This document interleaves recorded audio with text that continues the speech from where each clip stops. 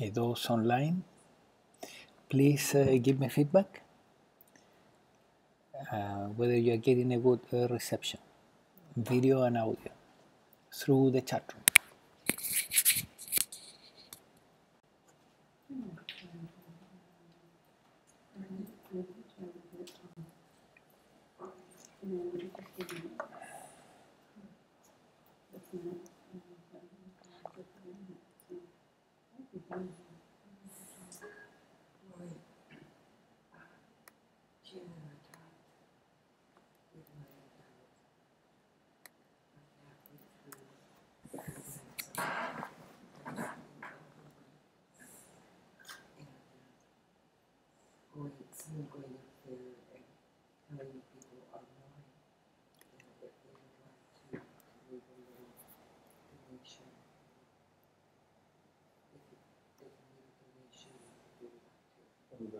So this is a station identification break.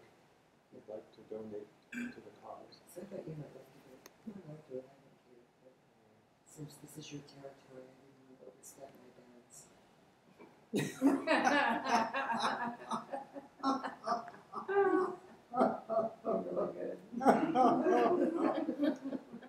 Never have a discussion with the psychotherapist. That's right. I think we know that. Yes, we do.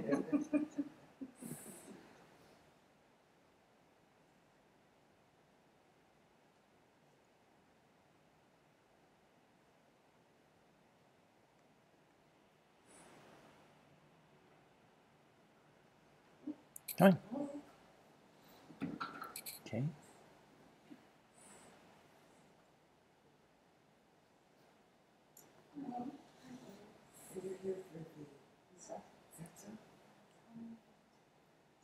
No, we haven't really get it started yet. Yeah, we are about to start.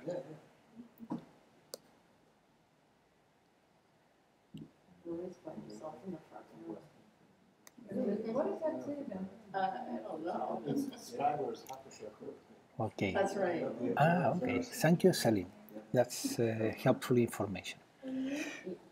All right. I hope everybody is having a good reception, and let's start with a meditation, a short meditation, but just to connect a little bit with our true nature.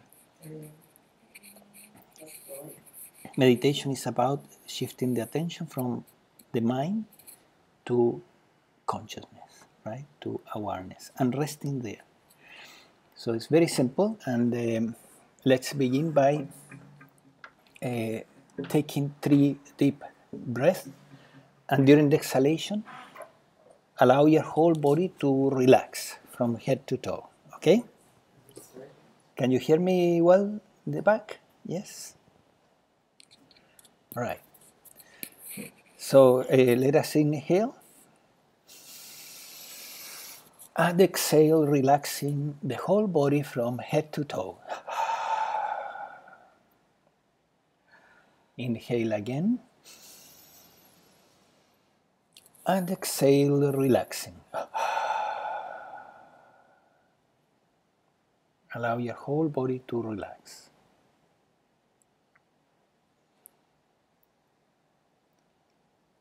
And once more, inhale deeply. And exhale, relaxing the whole body from head to toe.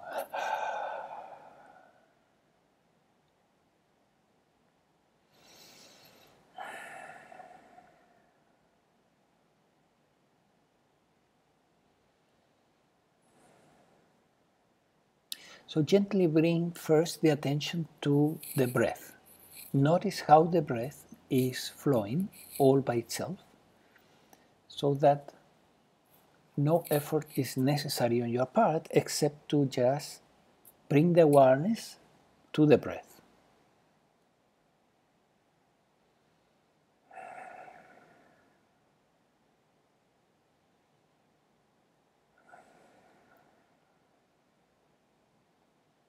If you experience distracting thoughts, they are irrelevant. Just don't worry. Simply keep watching the breath.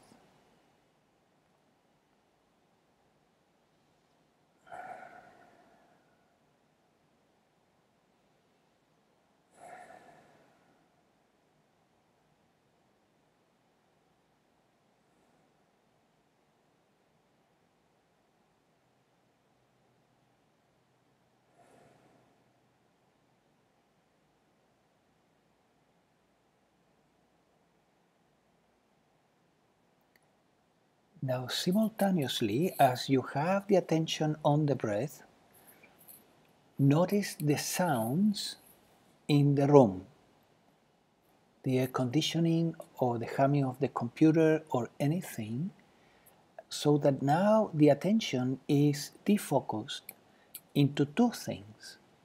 One is the breath, and the other one is the sounds of the environment. It's very easy to do this. You just need to put attention to both things, and then awareness opens up. It goes into open focus.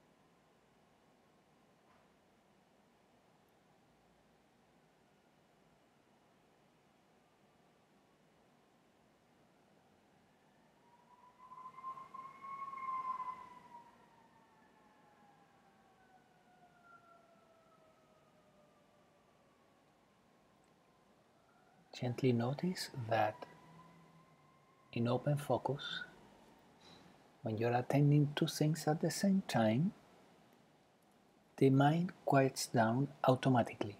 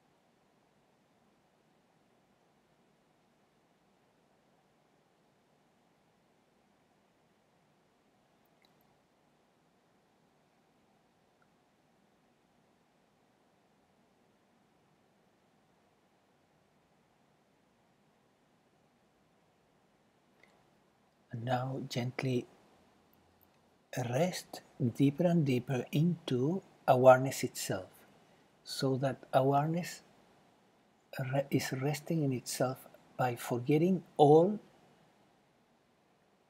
sensations, including the breath and the environmental sounds, so that awareness becomes interiorized into itself. You simply forget all sensations and allow this resting as awareness itself.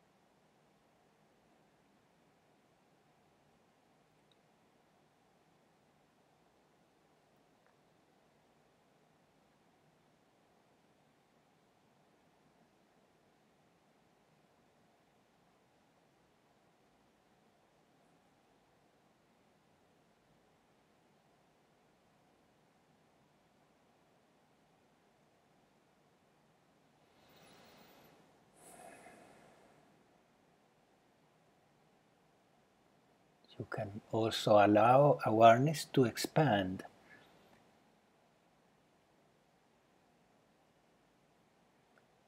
While resting as it.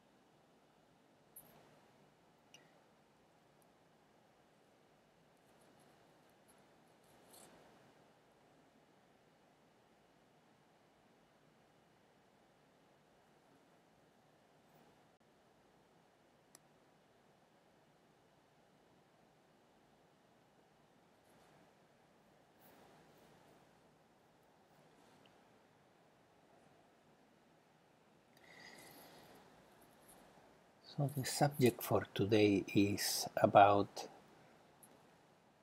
freedom from attachments and aversions, which obviously brings liberation.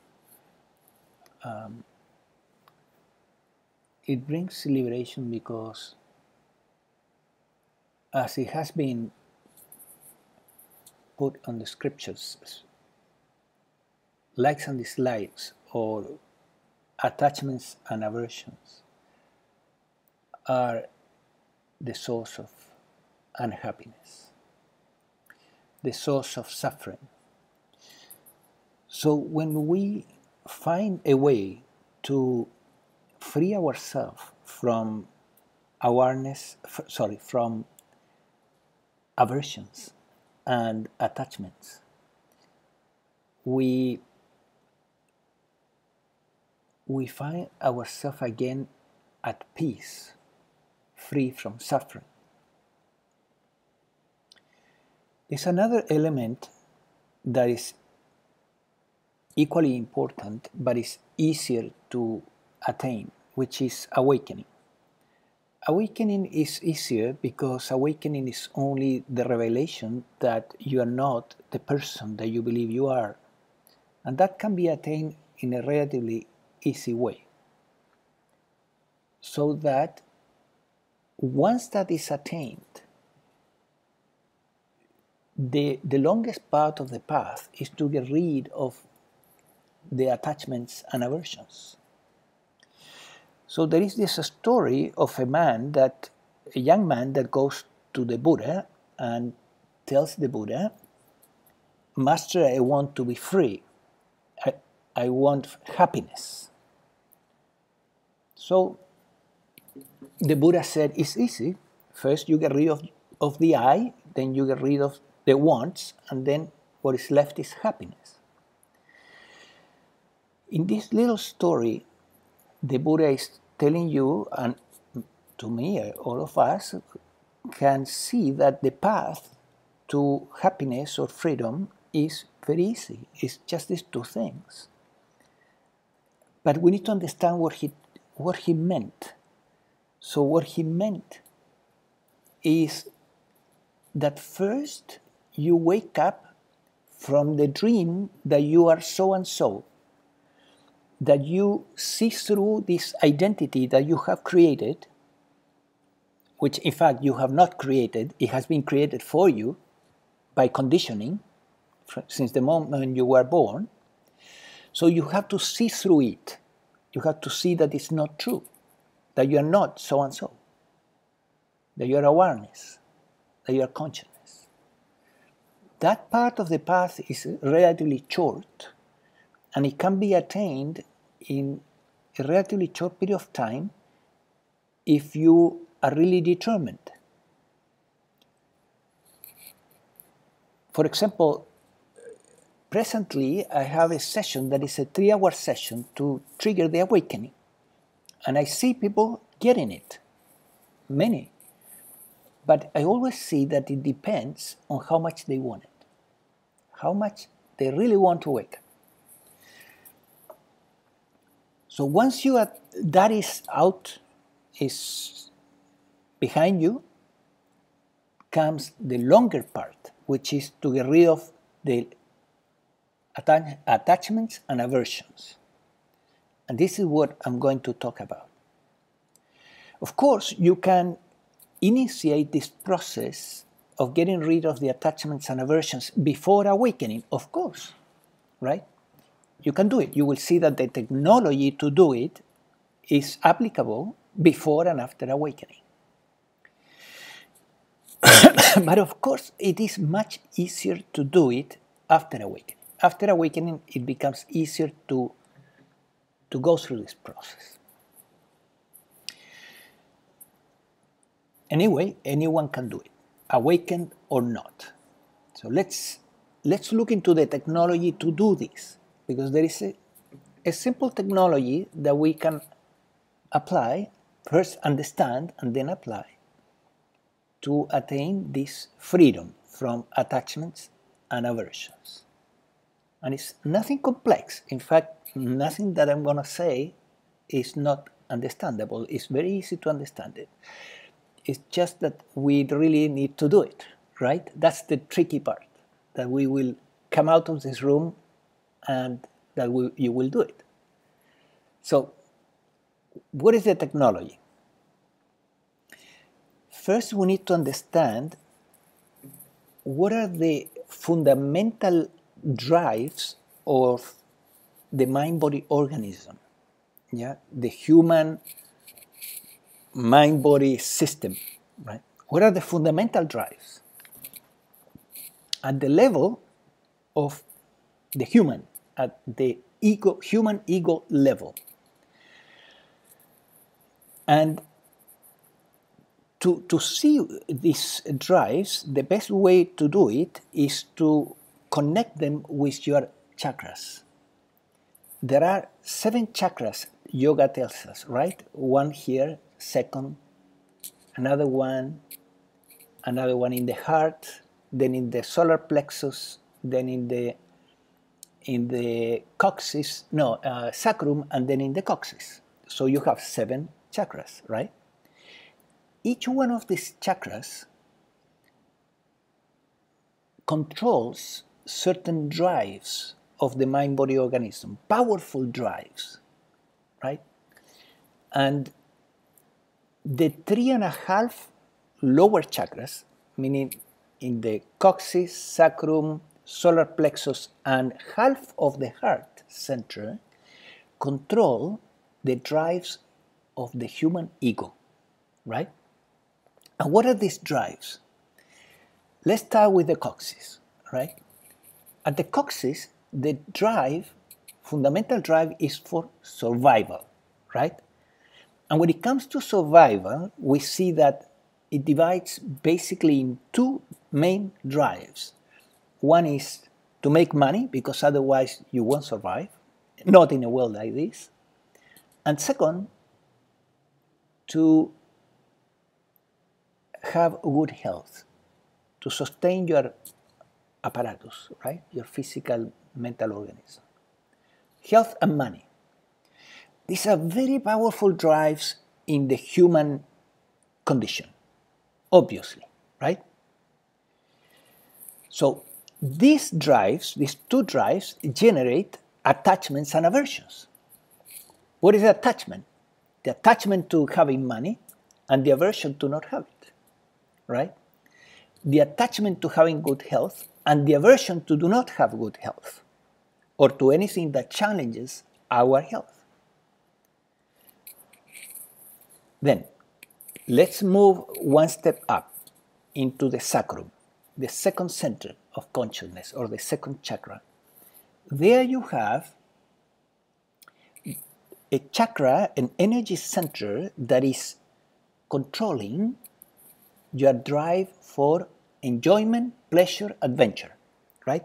When you have the basics of life, you are feeling somewhat safe, then you want to enjoy life. Then you want to enjoy the sensory pleasures of life.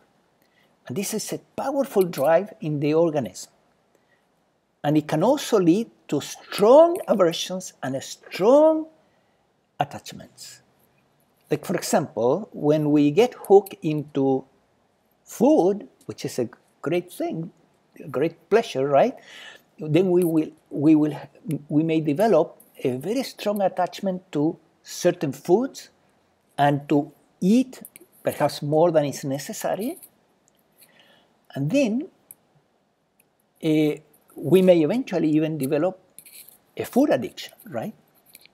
One day you enjoy a glass of wine, you realize that the wine gives you some nice feelings, you begin to drink more wine than is necessary, and the mind-body organism gets addicted to the wine, or alcohol, or cigarettes, or anything, right? So the potentiality in the second chakra to develop strong attachments, strong addictions is there, right?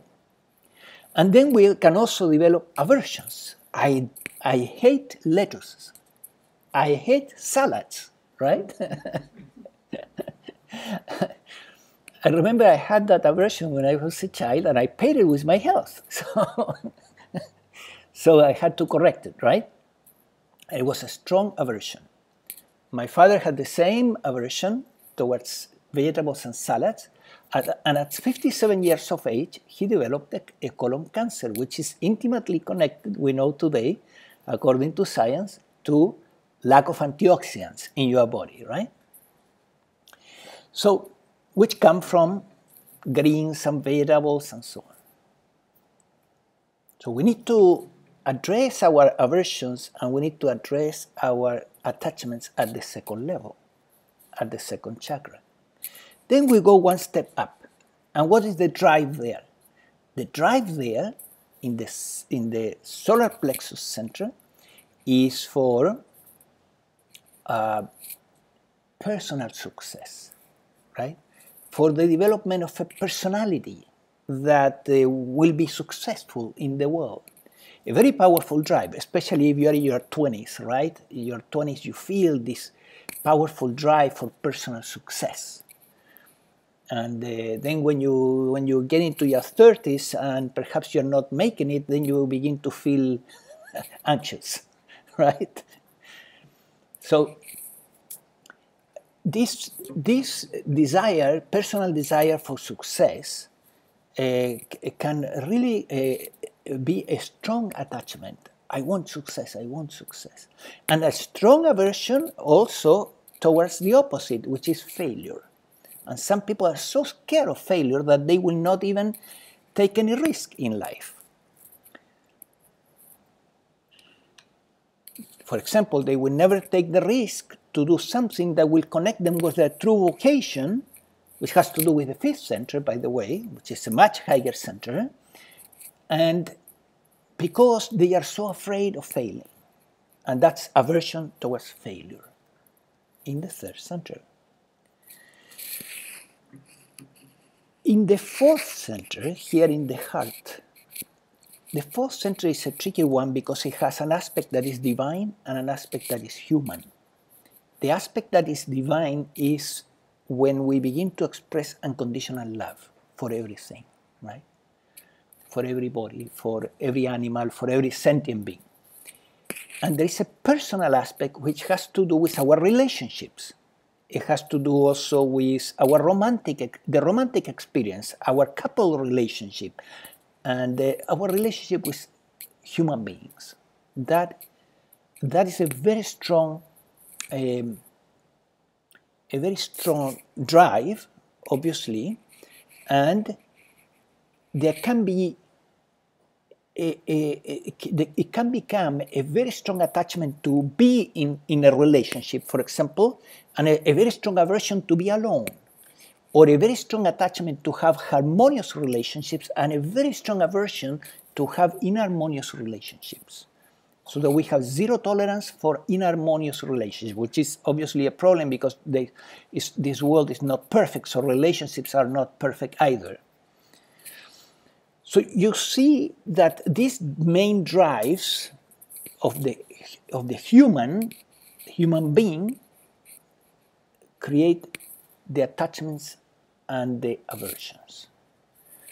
So how can we attain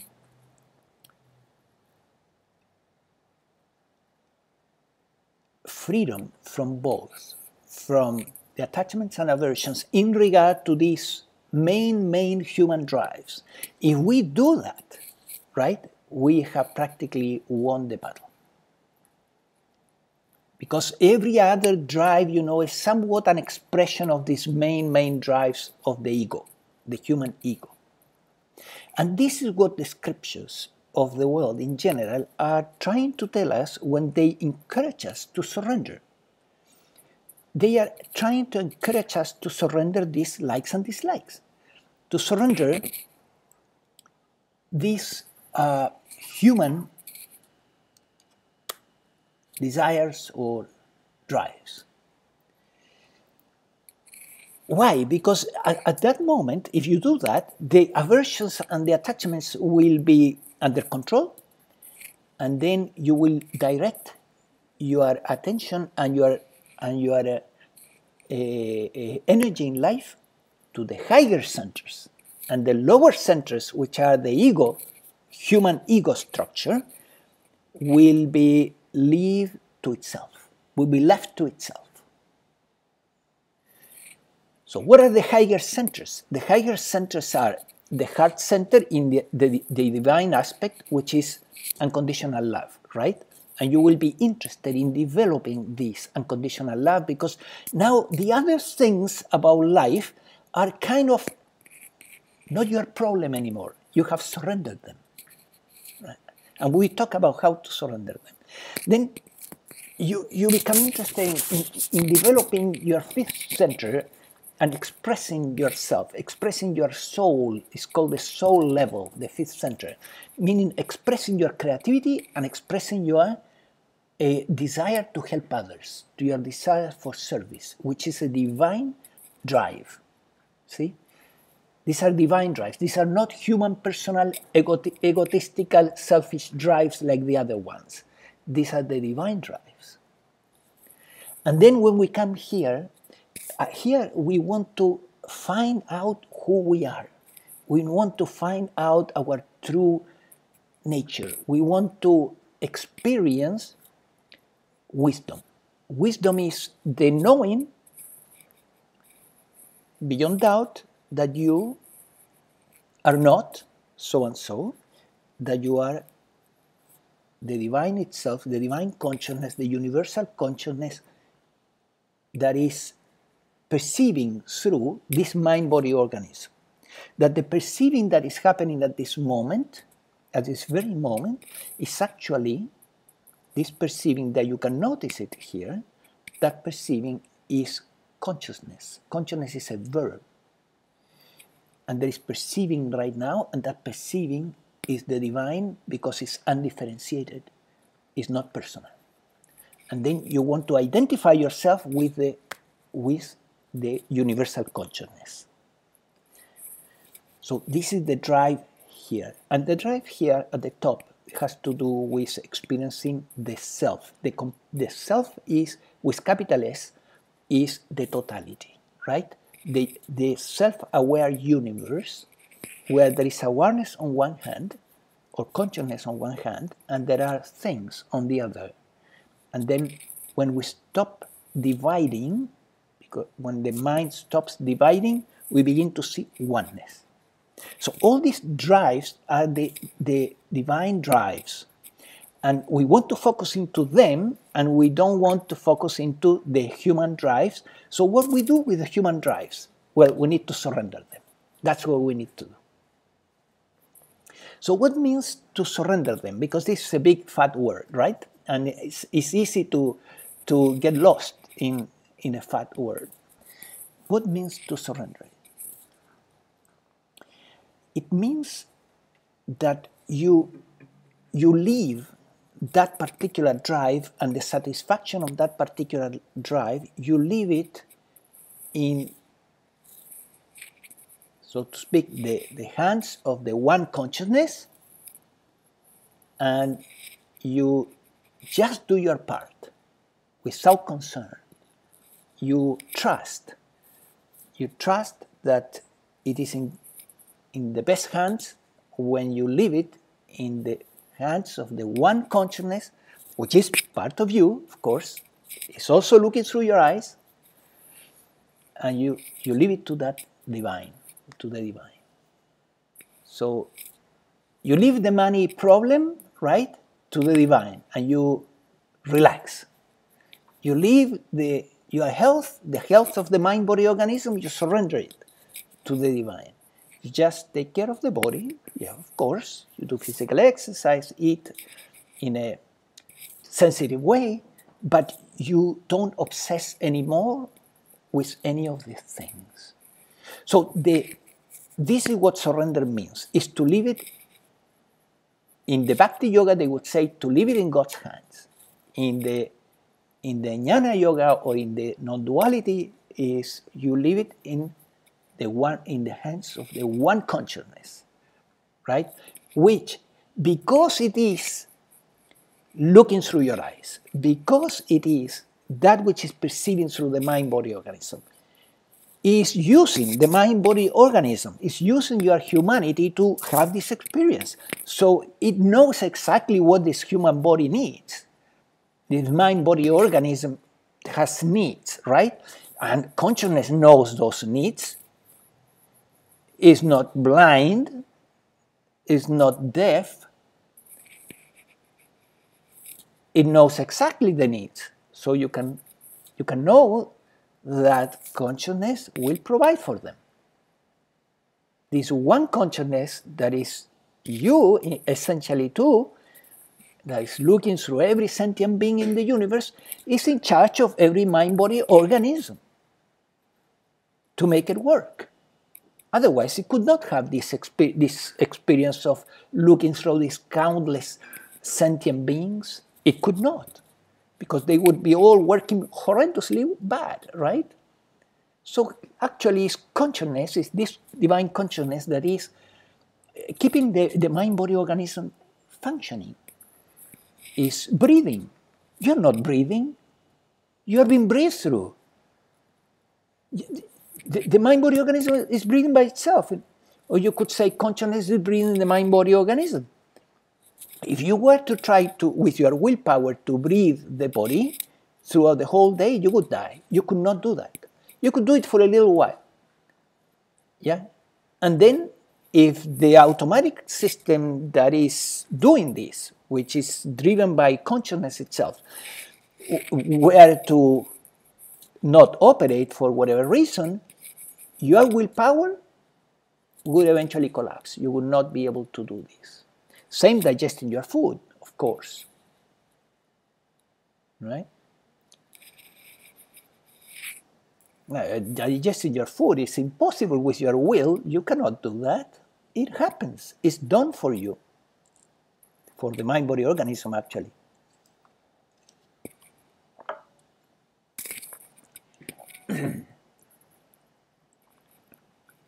So let's review these drives and how you can surrender each one of them.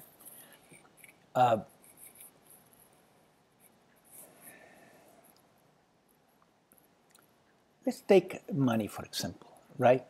Money is difficult one. It creates an enormous untold amount of suffering in this planet, right? Planets that are more advanced, in those civilizations, money doesn't even exist. But here, we have this crazy system. On the other hand, it presents a very interesting spiritual challenge. So, you can start with this simple drive by trusting that consciousness knows, completely knows, that your mind-body organism needs money to survive. So when the money is restricted, or when you have fear around or anxiety around money, you immediately remind yourself, no, I leave this to consciousness. I leave it to consciousness. And consciousness knows the needs of this mind-body organism. So you don't take the problem yourself. If you take it yourself, of course you have to do your part, right? But you do your part, perhaps you look for a job or whatever is necessary, but you don't take on the problem itself. You leave the problem to the divine.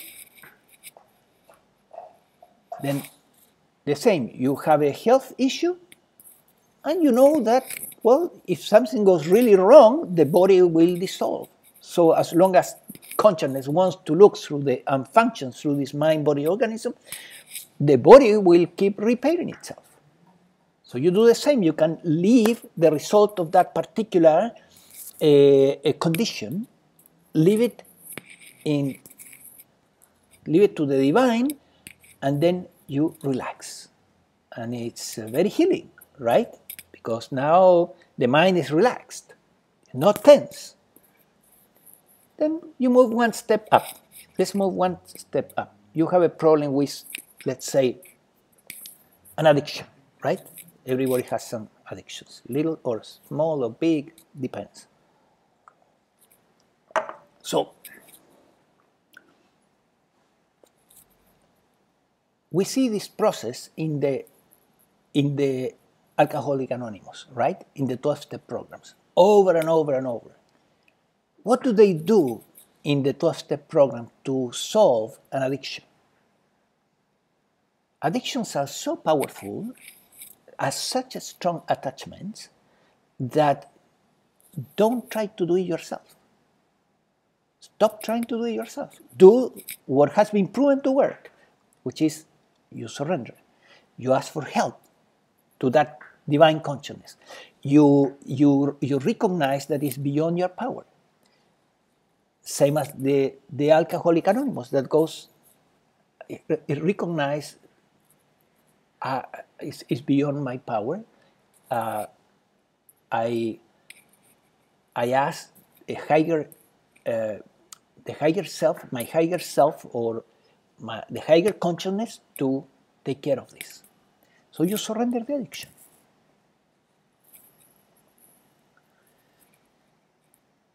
If you have an aversion to something sensorial that could be problematic, you can do the same, but you can use, for example, the surrendering technique that I have taught in these satsangs, right? The surrendering technique has a template, and the template is very simple. In non-duality, lately I have been using a template that is the following, and I have mentioned other templates in the past. You can play with this one. The template is the divine surrenders this aversion in this case, or this emotion, or whatever, completely.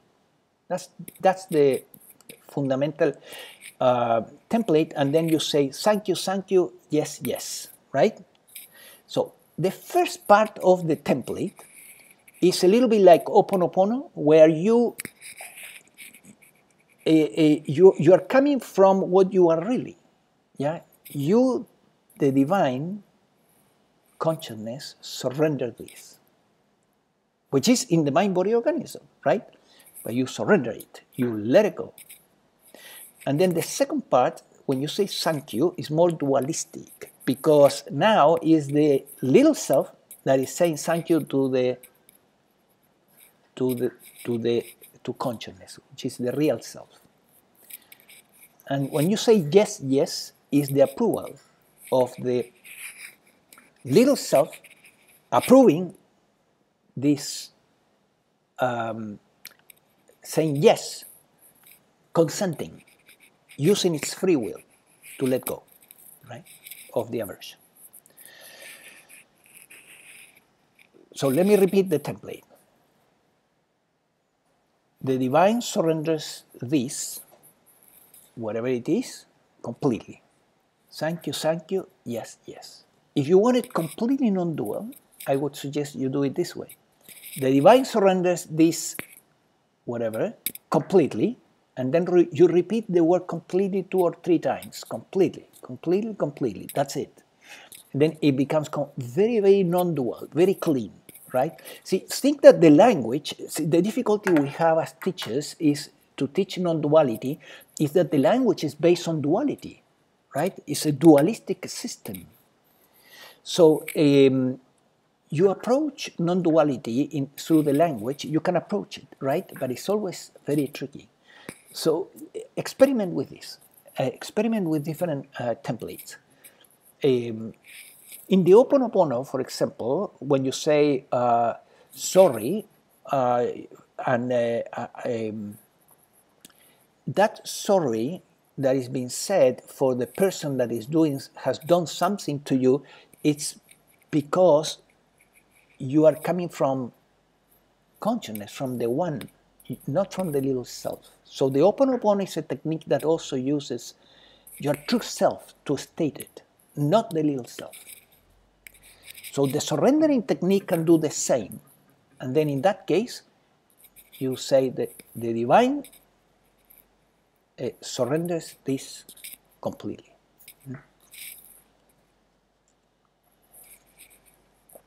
So you can surrender an attachment, you can surrender with the technique, you can surrender an aversion, and you do it several times is necessary until you begin to see a change in this pattern of attachment or aversion. Let me finish, and I go back to you, Diane. In the third center, your personal success can be a very strong attachment. So you can use a surrendering technique every time you initiate a project. For example, you surrender the results. You just do your part. And you can use a surrendering technique for that purpose. Or you can say, well, I leave the results of these efforts in the hands of the divine until you really mean it, right? In the hands of that one consciousness. This is not our world. You can have the best intention to do something, but right, who is not the world of the ego. This world belongs to consciousness. And here, when it comes to the fourth center about relationships, surrendering all your relationships is very valuable, because relationships are a constant fluctuation, right? There are good moments where you feel very harmony with everybody, then suddenly something happens, and if you're in a couple relationship, they go through phases and challenges. So you stop expecting perfect relationships, and you surrender your relationships to the divine, past and future. Yes, okay, Diane, please. Okay, so as an example, you would say the divine surrenders this frustration completely, thank you, yes, or the divine surrenders this relationship with my son. Yes. You use the word my or I.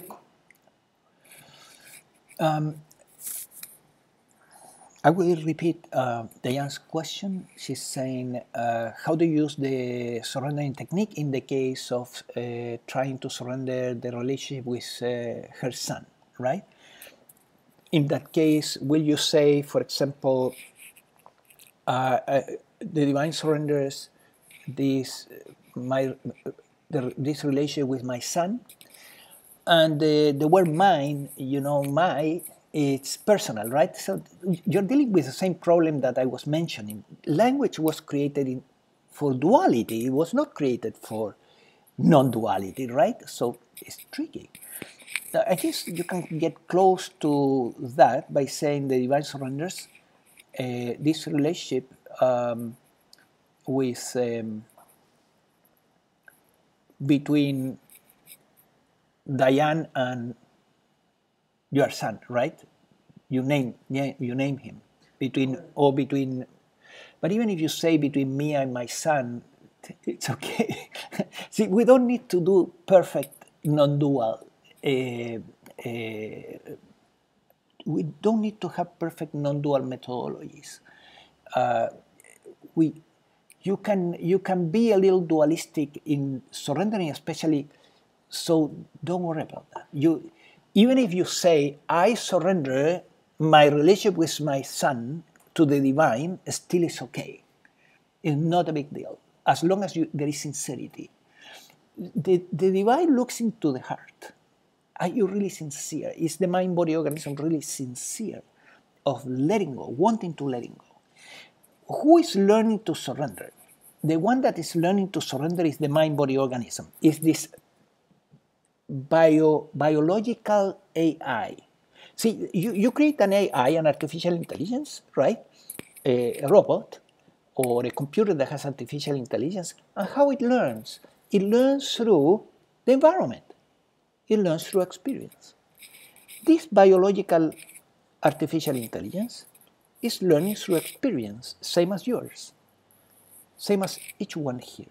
They are all biological artificial intelligences, but what is looking through this biological artificial intelligence, that consciousness that is the perceiving, that is not a biological artificial intelligence, that is consciousness.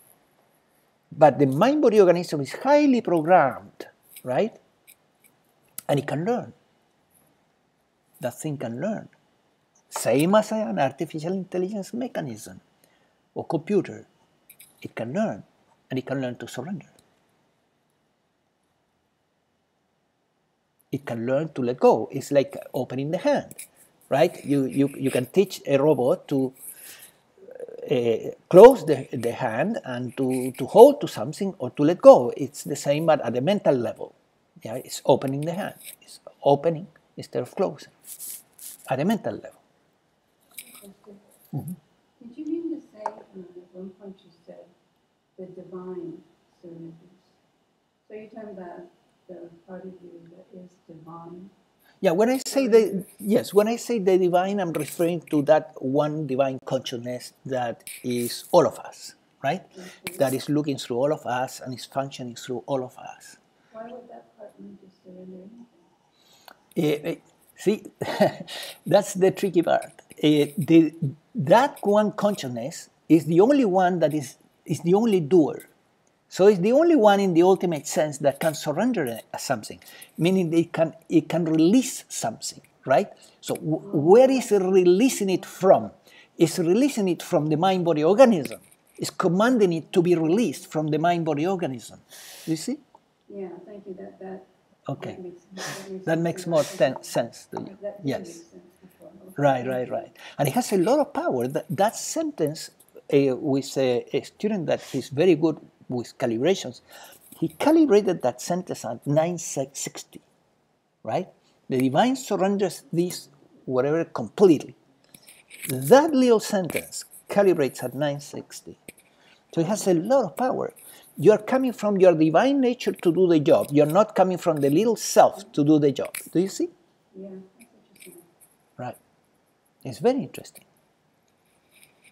So you can use this technique to to go on surrendering, it's not going to be overnight, but you keep on surrendering every time you have the opportunity that a challenge comes at any one of the centers. You knowing now that this is the challenge, to surrender all these drives, you surrender the attachments and the aversions related to each one of these drives until your life begins to transpire in a state of surrender, which means that the lower centers, the drives of the lower centers, have become not your business anymore. Not your business. At least not beyond just doing your part.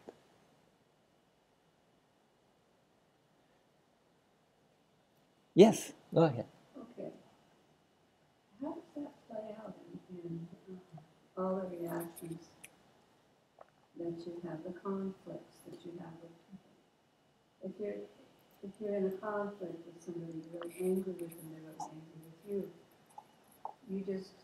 You're saying is, you'd say, this situation is so and so, the divine surrenders, and then at that point you don't deal.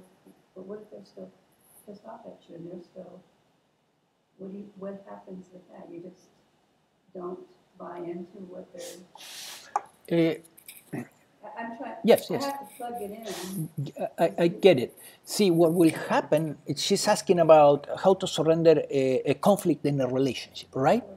What happens is that if you surrender it, then it stops being a problem in the mind. Right. Yeah, what you don't want is the mind obsessing with anything. Obsessions is the opposite of freedom. Let me explain this a little bit more because it's extremely important. This thing that you have here, this voice that you carry here, is the voice of the ego. Right. That's what it is. And it's controlling your life, it's controlling the mind-body organism, it's controlling your feeling through thought. The ego, with its concerns in regard to all the drives that I have mentioned, is voicing its preoccupations and issues through this voice here in the head. So you want that to be as silent as possible. You want the ego to silence, to go silent as much as possible, right? But if the ego is totally in control, if it's completely controlling, trying to control the human experience, good luck. This voice here will go wild. Because the ego is a bad instrument to control the human experience. Very bad. It does a lousy job. But it can obsess to the extreme around controlling the human experience. So one by one, you keep on working to surrender all these drives and all the attachments and aversions connected to these drives, so that this voice here begins to subside gradually. It's going to take years, perhaps, but that's the work that needs to be done.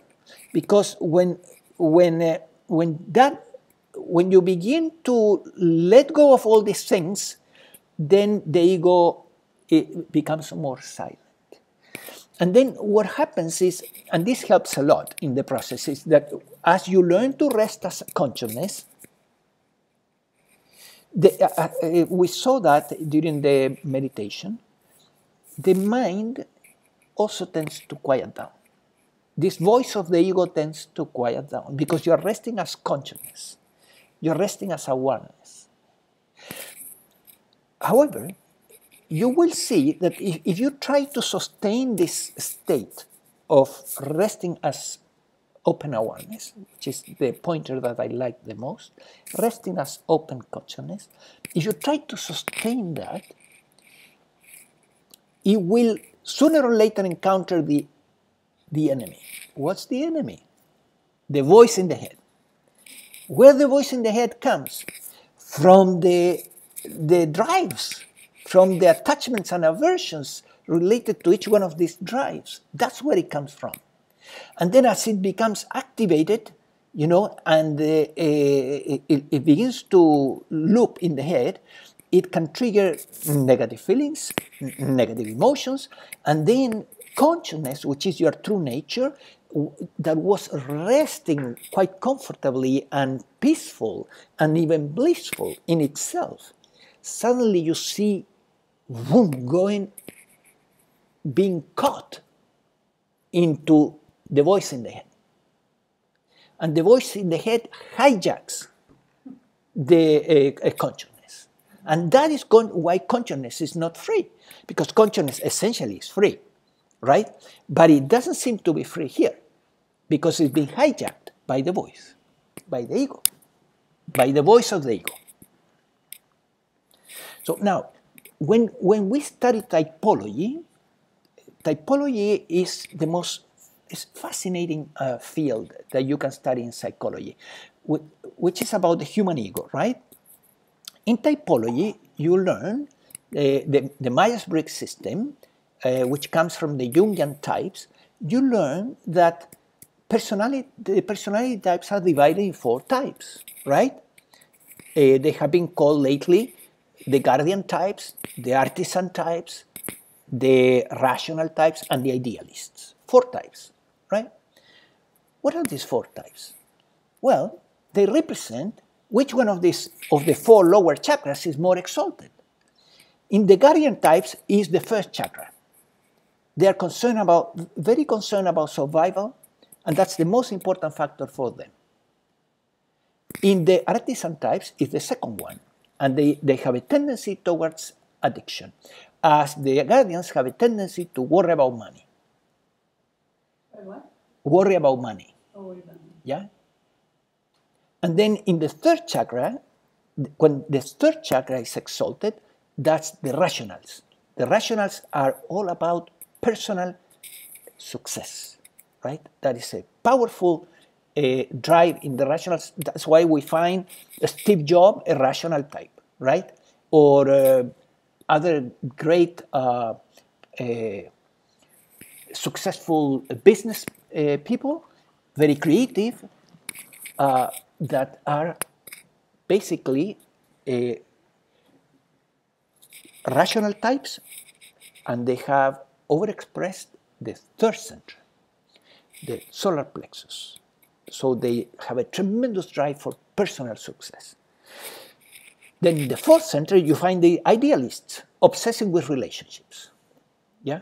Obsessing with relationships and how they connect with others and the romantic experience and so on.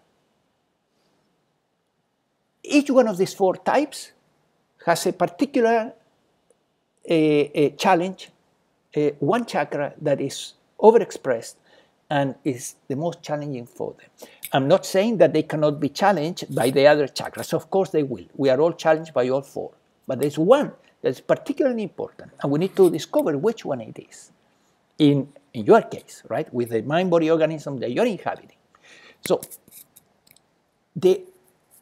for example, if you're an idealist type, you will see that the voice in the head will tend to obsess around relationships, right? Relationships, connections, what he said to me, what she said to me, how we are relating, and lots of the thinking here in the head for the idealist will be about relationships. The rationals will be more about personal success, control of their environment. The guardians have a tremendous drive for safety and security, and they will have difficulties to let go at that level. That doesn't mean that a guardian cannot experience also a problem in the second chakra and have an addiction. Of course, anyone can have an addiction. So this, the 4 types of the Myers-Briggs are intimately connected also with the 4 lower chakras.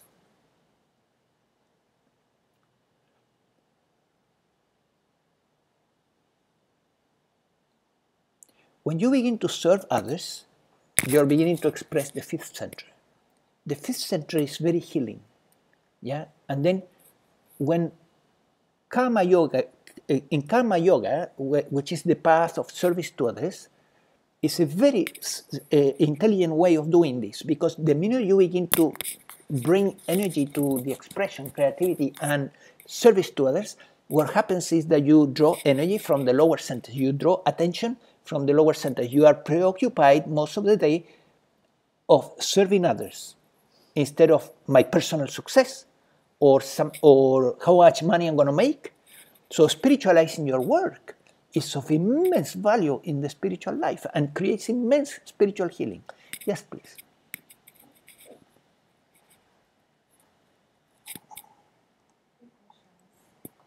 First of all, for second chakra, which demands food and sex, how do you let go of that?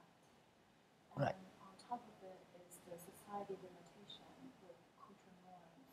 How does the chakra, so non-duality, relates an answer to that? Yeah, can you repeat the second part about Social restrictions, social restrictions? Yes. cultural norms. Yes. How does non-duality or Deal with that. deal with that? Oh, okay. Okay, thank you. So her question is about the second center. Is the second center demands the expression of sexuality, and you mentioned also a food, right? The enjoyment of food, right? Enjoyment of food, because food has an aspect that is survival, right? The first chakra, I need to eat, right? But it has an aspect that is enjoyment. The enjoyment part is the second center, right? Is higher. So her question is about these two aspects, right? And then another part of her question is how to deal with the society's norms or customs that have to do with these issues, like sexuality, for example. So let's take one by one. Let's say sexuality, right? We would need to first of all find out what would be a healthier expression of sexuality, right? So I'm not going to give you an end point, a final goal, but obviously we see that for an individual there are likely expressions of sexuality that are healthier and healthier and healthier. Like, for example, if you are living, if sexually the mind-body organism that you have tends to be promiscuous, you would want to move towards a healthier expression of sexuality, where you will be, for example, in a monogamous relationship that will be where sexuality will be expressed in a loving way, where it will be not disconnected from love, because we want to connect the expression of sexuality with the fourth center, at least, with the expression of love, so that it will not be just for pleasure, but it will be as an expression of love in the couple relationship. So what you did was you moved into an expression of sexuality that is healthier and more elevated and more spiritual by just doing that, right? You could say, okay, is that the end point? Maybe it could be for you. Maybe for somebody else, it could be something else, because there are aspects that have to do with authenticity. So, and here it comes the issue about norms, right? Some people in the monogamous relationship, they feel very comfortable, and they feel that allows them to express love and express their sexuality in a loving way and spiritualize it, and they don't need to go further, right? Some people don't, because society, has pointed us into monogamy as the one highest expression of sexuality, but it's not for everybody. Today we have we have polyamorous type of families that are exploring other type of things that are outside the norm. And I would say that how much love is present there is more important than meeting a particular norm, right? So the more sexuality is connected with love, right, the higher, most likely the higher is the expression of it, of sexuality. Then the other part of the question was about food, right? So when it comes to food, we want to have a balance between experiencing eating what is good for the mind-body organism, which is unique for your mind-body organism, is different for everybody. I'm a part-time nutritional teacher, so I can tell you that there is not such a thing as the one human diet for everybody. That is an untrue. There is, however,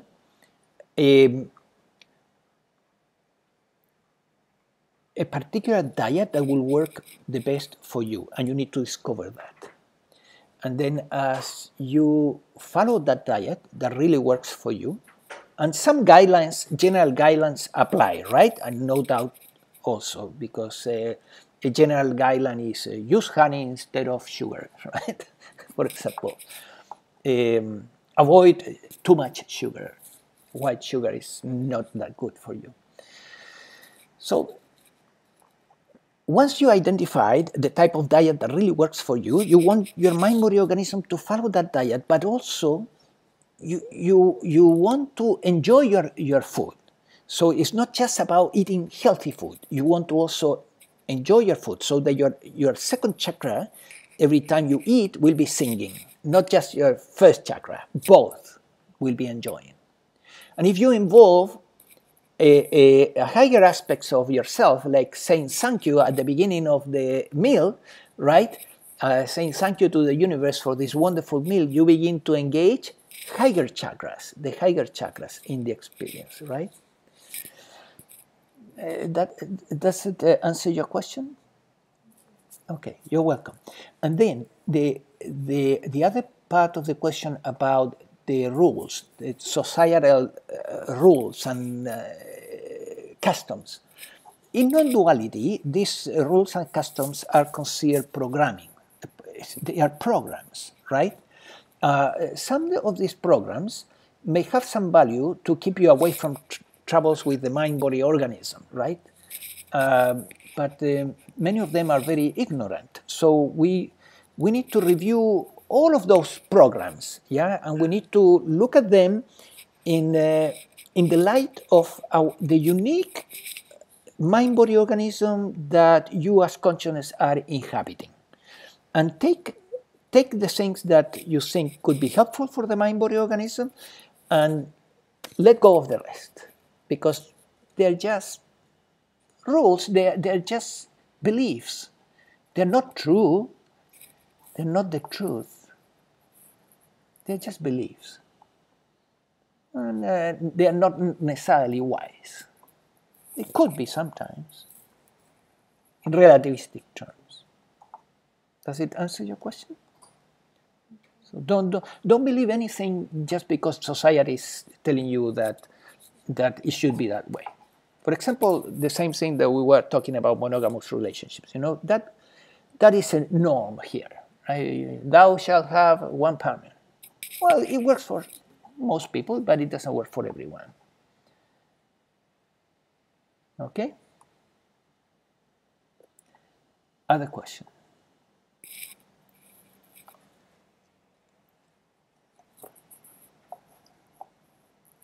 Was the calibration you were talking about that David Hawkins? Is that where you got that from? Yes, I'm talking about David Hawkins' calibration, yes. If you are familiar with his teachings, in the his last book is called Letting Go. And in a way, in that book, he talks about the surrendering technique, right?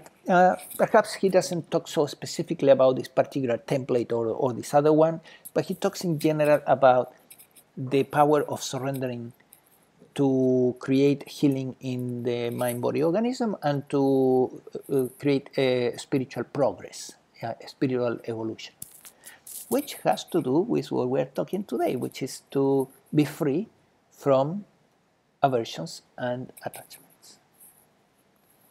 To be free from the control and the grips of the 3.5 lower chakras, right? And the drives. And it's an internal affair. We are not monks. We are here in this marketplace, right? So when you take the vows of renunciation and you go into a monastery, if you analyze the 3 vows of renunciation, you will see that they are about this.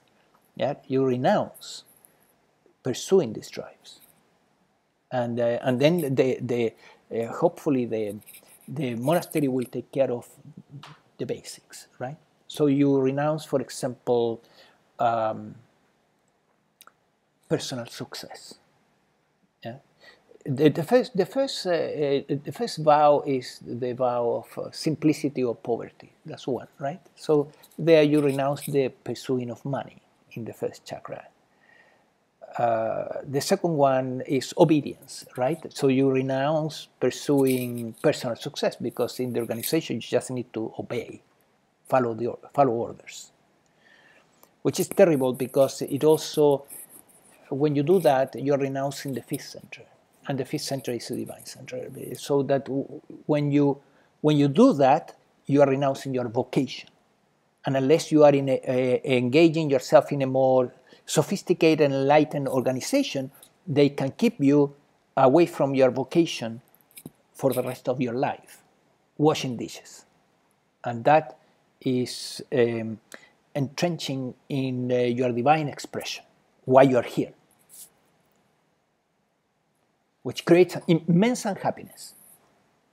So right? Can we talk about like the line? It's like a very fragile line. Like you mentioned Steve Jobs as like someone who at an early age did pursue more of a spiritual path, Mm-hmm. that then he decided to go into business and then Mm-hmm. actually got really hurt because he was let go of the company that he started. Right. And he was trying to find that, in my opinion, he was trying to find that, how does he show up in a way that's greater than himself, Mm-hmm. right? Which I think ultimately he did. Right. But that's like, because what I tend to do is like, I feel like there's a pursuit, Yes. and I'm trying to find the sincerity of, for instance, I'm refinancing my car, or my lease is up on my car, Yes. and there's many options on the marketplace. Right. So it's like I start going, well, what would signify value? But then it's like, does it really matter? Like what car you drive. Yes. So I'll fluctuate between like just giving up and renunciate, like be a renunciate. It's like I don't need anything. But then there is like a calling or purpose, like you're saying, your 5th chakra vocation, or your, intentional, intention for being on the planet, right? So Right. How it shows up between just being completely empty versus, having a direction, Right. and still stay non-dual. Okay. Great. Does that make sense? Yes. And it's an excellent question. What's your name? Weston. Weston. So Weston is asking about the 5th center, right? And this balance between being empty of attachments and aversions, but at the same time pursuing your authentic Whatever vocation your in call, life, your call, right? And then I would say that in the marketplace path, in opposition to the mountaintop path, which is the monastic traditions, right? In the marketplace path, you absolutely want to pursue your vocation and your call, because it will be your royal path to liberation. Because through that, you will, through expressing this center in an authentic way, you will make immense progress spiritually through your lifetime. And you can't succeed in the marketplace path and attain liberation, I would say, if you block the expression. I would be inclined to say that you would probably fail. The body will become sick, and the mind will become unstable. So you need the strength of the expression of this in whatever capacity you perceive is your call, your unique call for creativity and service. And then you go for that, but at the same time, you are also looking for truth here, right? For the truth, the emptiness experience, or the experience of your true self, right? As consciousness, beyond all that, beyond even expression of the fifth century. So you integrate both things, and here still there is some renunciation to do at the fifth century, which is the results of your efforts, right? Let's say you identify your call as in the case of that you mentioned. I can tell you my life. Okay. Sure. I was pursuing music. Yeah. But I wanted to be a musician, yes. As a platform to express spiritual concepts, spiritual teachings. Through music. But then what I realized that there was still an egoic structure inside of there, because I was trying to encapsulate it inside of kind of a rock star persona. Okay. Right. So I let that go and realized there was more authenticity coming through with this, like more of being a spiritual teacher without the extra part of that. Right. But then what I get tripped up on is then I start to, because I love psychology, so branding and marketing falls inside of that. So then my mind starts getting like, what do I charge? How do I present myself? It goes back into an egoic thing again. Right. Instead of surrendering. Very interesting. Yeah. There's a cycle there. Right. That starts to kick back in. So your name was Weston is saying that he was pursuing music, right? But he noticed that there was a personal element in his pursuit that was very strong, and then which was around becoming a rock star. Is that correct? Yeah, persona. Right, for the persona, and then it was not satisfying for you, and then you let go of that, right? And then you began to move into how can I be more of service? Then you studied psychology, and but then you are already graduated from psychology. Well, I've been studying that even before music. Before music, you were already. Psychology was my main focus. Then I was also studying voice and guitar. Right. The complement that. Distribution channel of right. That. Okay. And my own self-healing too. So you are already expressing your vocation as a psychotherapist, or as a coach. Or as a coach. Okay. So Weston is already expressing his vocation for psychology and healing as a coach, but the issue that he's saying and presenting is, well, at the same time, in order to make a living, I need to charge, I need to do marketing, I need to take care of the first center, right?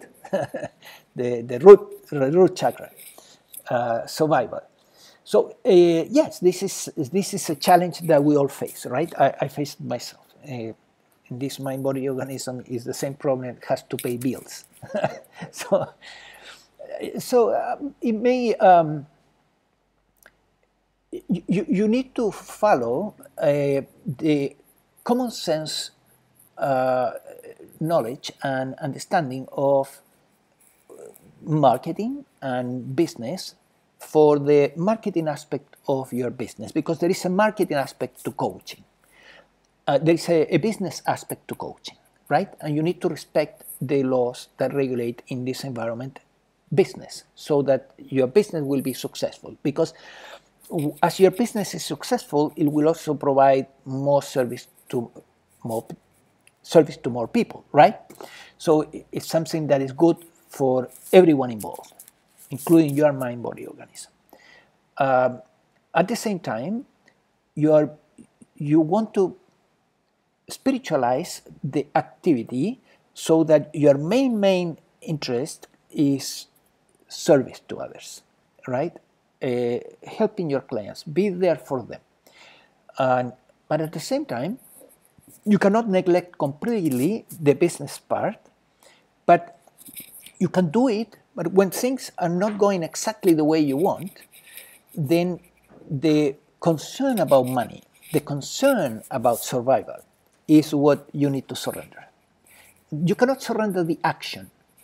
You need to surrender the preoccupation, the concern, right?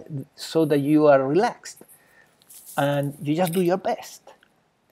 Does it help that? Yeah, sure. So you absolutely need to take care of your business in a business sensitive way, right? But at the same time, you can surrender the results of those efforts.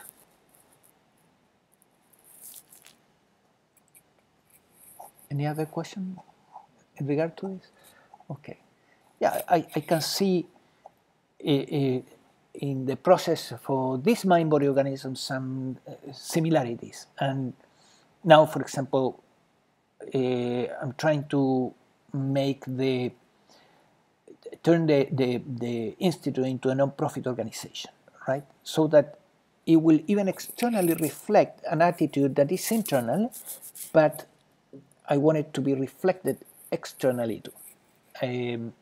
And also because a non-profit organization can attract monies that can be destined to develop certain projects that you will not attract just with charging a fee for your services. So you will find your way, right? And it's a process. It's a process. It sounds like a balance, with the balance, Yes, it's a balance. It's a balance. your desires Yes. and needs and. Where the situation is more black and white, it's internally, right? Externally, things seem to be like every person that is in business. Externally. Internally, it's a different story. Internally, there is a surrendering of the results in regard to survival and making money, right? And even how much you will serve others. Because that can be tricky too, right? You can do the best you can in coaching or counseling, and still, it didn't work. Right, it's out Well, of your hands. It's out of your hands. At some point, it's out of your hands. yes, You do the best you can, and it's out of your hands. right. So the Bhagavad Gita and many scriptures have said this over and over: is you surrender the fruits of actions, but you cannot renounce action, meaning you cannot stop acting in the marketplace. Most especially, we all need to act. We need to do things and leave the results, leave our efforts in divine hands. You may want to change the world and have the best intention, right, to help others, but this world has an inertia, and it's up to the divine if it changes or not. So you leave it in divine hands.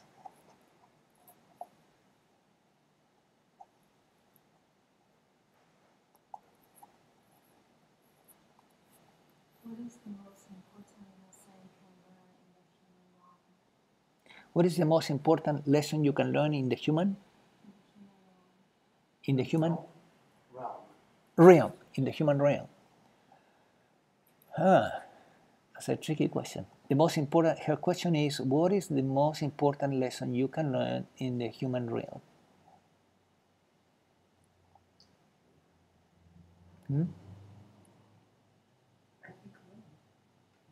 Love, right? You say love. Right.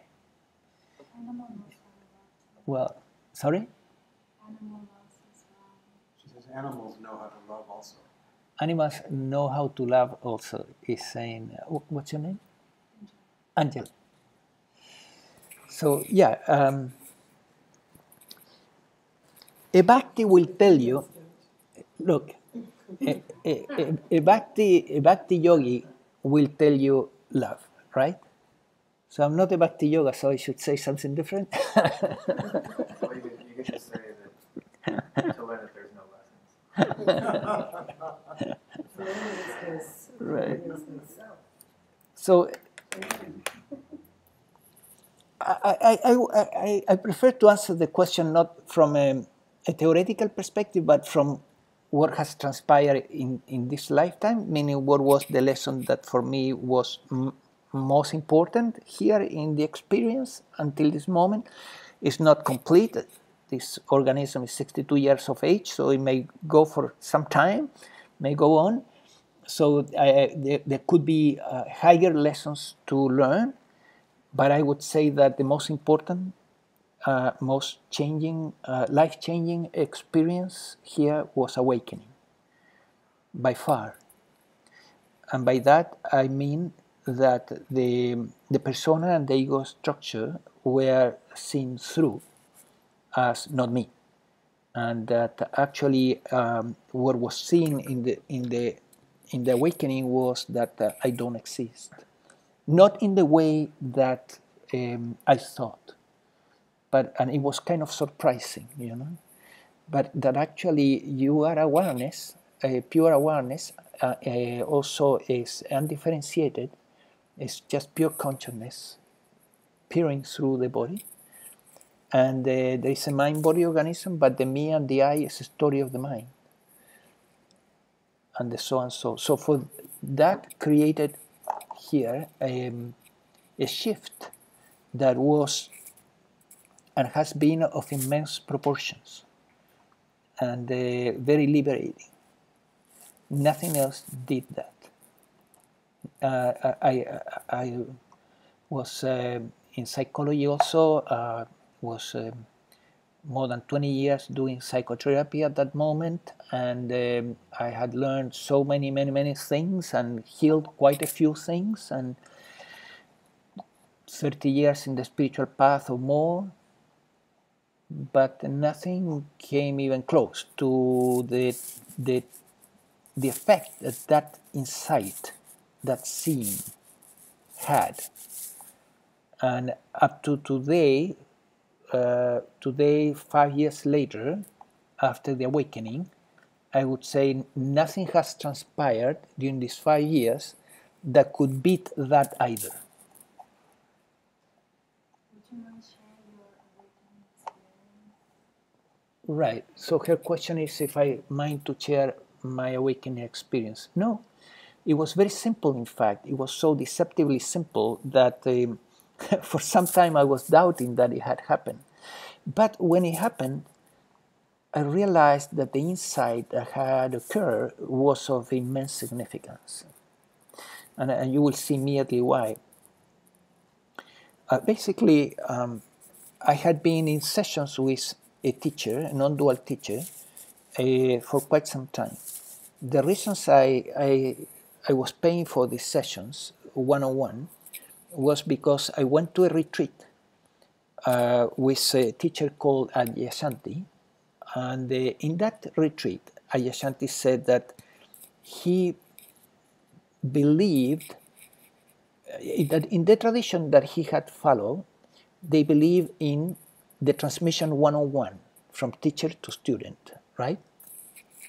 So when he said that, I said to myself, that's the only thing I haven't really tried. I had tried so many things to wake up, right? This is the only thing I have not really tried. So when I came back to Los Angeles, I began to look for a teacher that could help me to have one-on-one sessions. And took very little. I got an email from a teacher, his name is Jim Driver, and he's an author also. And then he was offering awakening sessions, so that's what I wanted, right? So I gave him a call.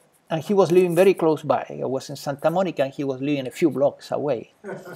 So perfect. And he was even willing to go to our apartment. So he began to come home once a week, and we were having this interesting conversation and some gazing. He's big into gazing, right? So at the same time, I began to do a routine or a ritual that I think played a role. And the ritual was that before meditation in the morning, we used to meditate with my wife, I was grabbing a little bit of ormus, which is an alchemical substance, and I was ormus, right? Ormus. So we were taking the ormus and affirming the intention. That's what ormus does. It potentiates the intention. Theoretically, I don't know if it's true, but I was doing it. So I was getting the ormus and saying, I want to wake up. I want to wake up. This was every day, right? And this happened for about 6 months. And one day, Jim came to the session, and we were talking we had a deck that was looking towards the ocean. And when I looked, I was able to see something that I had seen many times, which was that there was perceiving happening, right? There was the perceiving of the ocean and the birds flying and the beach. There was obviously perceiving. I could notice that there was perceiving. But I was looking for the perceiver behind, right? I wanted to find the perceiver, and I thought if I find the perceiver, I will find awakening. So I tried to kind of turn the attention backwards, but I couldn't. Once more, I couldn't. So you can do this right now. You can see that there is perceiving of this room, but when you try to find the perceiver and try to turn this perception backwards, you can't. There's nothing behind. So I tried, and it didn't work. One more time, it didn't work. So this time I asked Jim, and I said, Jim, you know, this is what is happening. I have tried it several times, and I recognize that there is perceiving here, but when I try to find the perceiver behind, I can't find anything. And then he turned towards me, and he had a very fast answer that I don't know where it came from, but he said the perceiver is a story. And I got it. I understood that the perceiver is a story of our language. What it means is this. Language is organized as subject, verb, and object. Nature is not. Nature is organized as verb and object, not subject. There's one subject. It's just universe. It's the only subject. So I realized that I was looking for something that is not there. That's why I couldn't find it. And then the next step was very simple, was to realize that this perceiving that was happening, this consciousnessing, was consciousness. It's just that it's a verb. It's more a verb than a noun. And then at that moment I said, so this, which is kind of non-dual, there was an immediate recognition, yes, it's not positive or negative, it's just perceiving. It's always going on. It's going on 24/7. Never stops, right? Everything else comes and goes in your experience, but this perceiving is constant. So awareness is the only constant in your life. And I would call it awarenessing, because it's a verb. It's the only constant in your life. And it's a non-dual constant.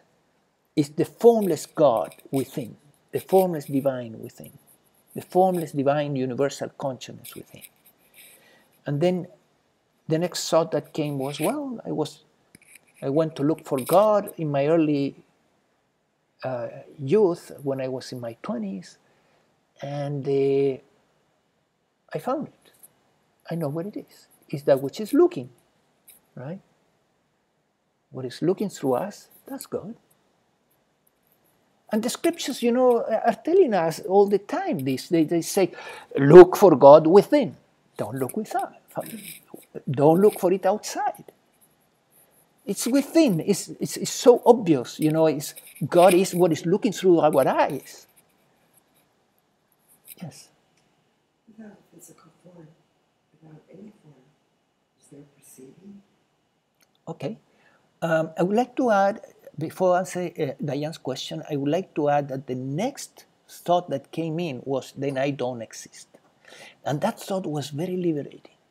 Because when you realize, when the realization comes, I don't exist as Jan, my name, original name is in Spanish, it's Juan Pablo.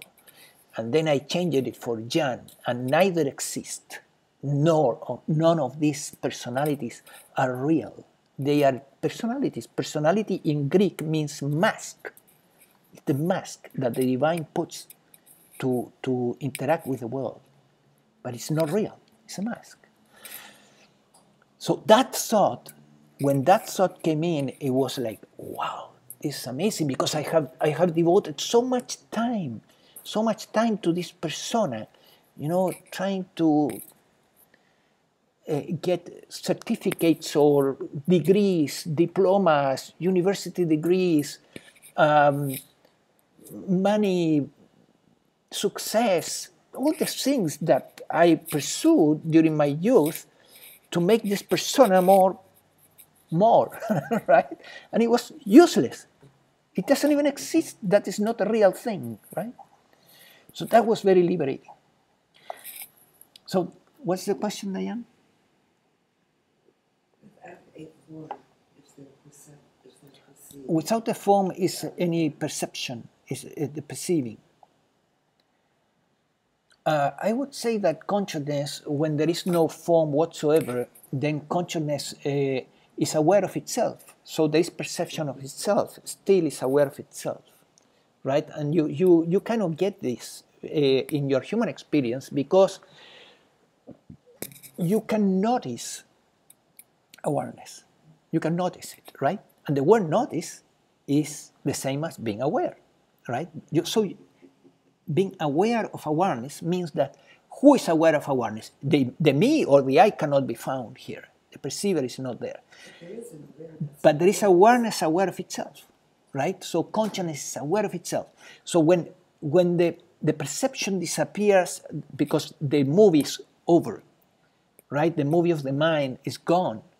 Then we have still consciousness will persist, and consciousness will be aware of itself. So life is, in the end, is so simple when you realize this, is two things: mind, you know, and awareness, looking at the mind. What is mind? 5 things: thoughts, emotions, drives, beliefs, and sensations. All a movie that is in front of awareness, constantly moving, and awareness looking at the movie.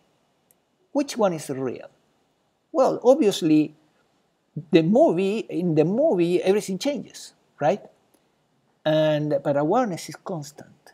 So that's the definition of reality in Buddhism, right? The Buddhists are telling us for thousands of years what is real is permanent, what is unreal comes and goes, is impermanent.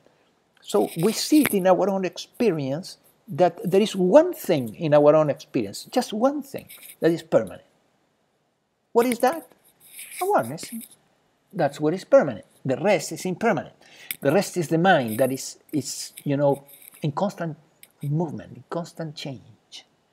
So you are the divine consciousness looking at the movie, right? The divine formless consciousness looking at the movie. And the me and the I is part of the movie. It's a thought that comes and goes. Thoughts about me, thoughts about I, my plans and mine and my, and so on. Stories of the mind, part of the movie. But you, as consciousness, you're constant. So that's the awakening. There's nothing extraordinary about this, but it's life transforming, right? Once you see it, you really see it, it changes your life, because now you cannot keep denying that what you are anymore. And you cannot keep believing what you are not. Yes. I was just going to say, it's harder as a human to grasp perception because we think of a mechanical device that's like a camera capturing an image through our brain or our eyeball. But consciousness doesn't have that apparatus. Right. It's not perceiving the same way we do. So, you know, it's like an easy way right now. If you want to go to the bodies exhibit at the California State or California Science Center, like they take the skin off the body and then you start seeing what you really are, because we get so identified with perception the skin. of this, Right. rather than what we really are. Mm-hmm. Yes. So Weston is saying that, let me see if I interpret you correctly. Consciousness is not operating through a kind of a camera, right? It's operating, it's formless. It's totally formless. But without consciousness, actually, nothing would make any sense. Without consciousness, no movie, no part of the mind would make any sense, because there would be no one or nothing to see it, right? So the minute consciousness withdraws from this apparatus, you know, this thing ends its life. So what is the life of the mind-body organism is consciousness. And the idea of the camera, it's a good step forward, in the sense that you can imagine or picture consciousness as a camera, in the sense that, and this is something that sometimes I use as a device in the awakening protocol, which is, you can imagine that consciousness is like a camera that is looking into the heart for your feelings, looking into the head for the thoughts, being aware of the thoughts, is looking through the eyes to grab all the visual inputs, through the ears to grab all the auditory inputs, and so on. So it's like a camera that is capable of pointing in different directions, but it's an immaterial camera, right? There's no apparatus there. What is true, however, about consciousness is that it can narrow the focus or open the focus. That is really amazing, isn't it? Consciousness can narrow the focus into something or can open the focus. We were doing that during the meditation, right? When you give attention to two things at the same time, like the breath and the environmental sounds, consciousness is opening the focus. And then if you just give attention to the breath, consciousness is closing the focus, narrowing the focus. If you sustain narrow focus all day long, it's very taxing for the mind-body organism.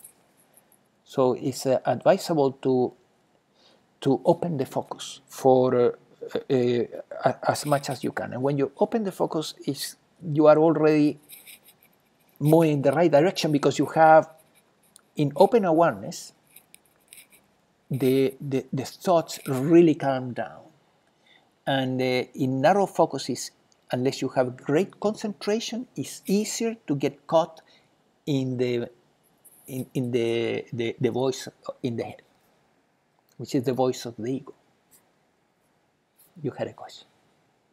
When does the consciousness awareness happen to manifest physical reality, knowing that it's impermanent? Why the conscious awareness is? The awareness happening to manifest reality into physical forms, knowing that it's impermanent.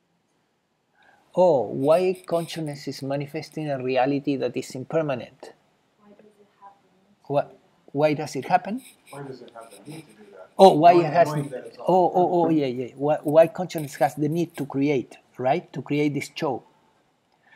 Right. Well, it's a mystery that many teachers and yogis will tell you it will be answered. It will be answered on time in your own meditation, in your own realizations, right? And it's a mystery.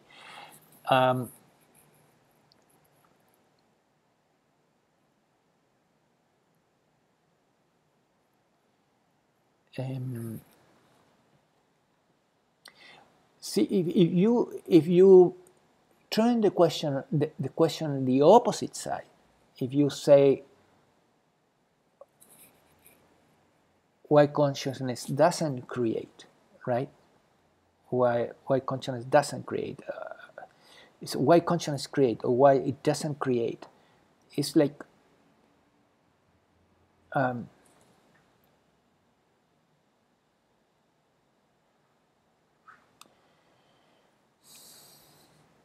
also your question is around need, right? You're saying why consciousness has the need to create this.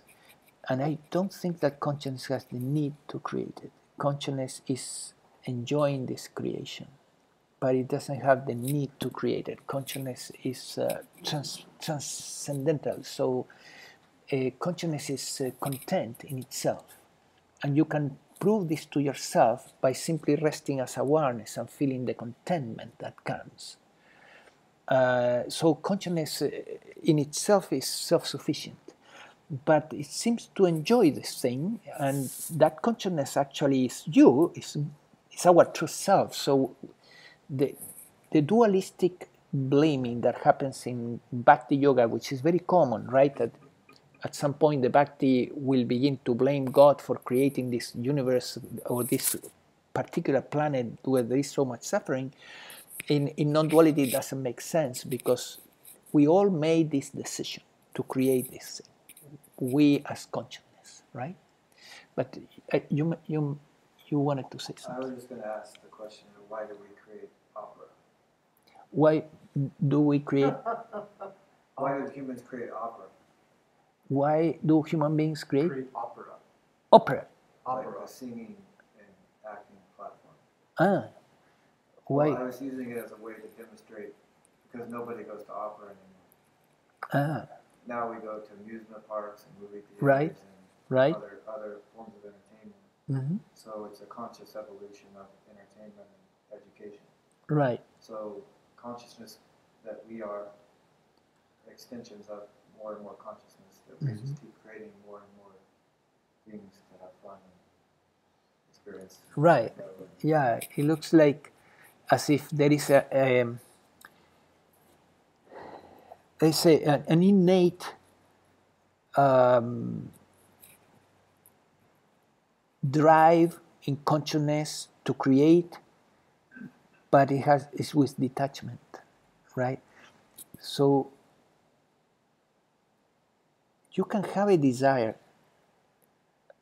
We can have a desire in life and keep the desire, but let go of the attachment so that we have a desire with detachment.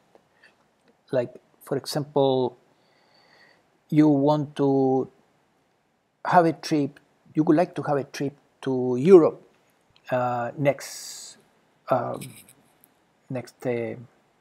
summer, and then you begin to plan, right, your trip, and you begin to, okay, I would like to go here and here to visit this place and that place, and you have this desire, and you can keep the desire and you can even move in that direction, but you can also have it without attachment.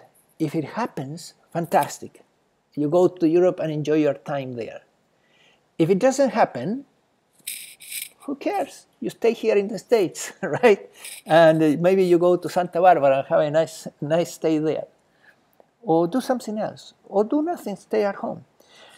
The detachment is something that we can experience in the human condition. So you can imagine how the divine, how detached is from this creation. And still is fully participating. Is fully participating. I don't see the divine as separated from its creation, like it created this mechanism and then now it's just observing, right? No, it's fully involved. You're welcome. Yeah, some teachers will tell you, the divine is the only doer. Yeah, everything happens by the will of God. Other teachers will tell you, no, there is no doer and the divine is just observing. I would say no. The divine is participating in this. It's the doer. It's the seer and the doer. And eventually, the realization that comes later, because awakening to your consciousness is the first realization, but then there's a tendency to get another realization, which is that everything is consciousness. The movie is also consciousness in front of consciousness, right? So everything is consciousness. That comes later. That is not as liberating as the first one, right? The first one has a bigger impact when you see that the persona that you have dedicated so much time and effort to decorate is not real. The me is not real.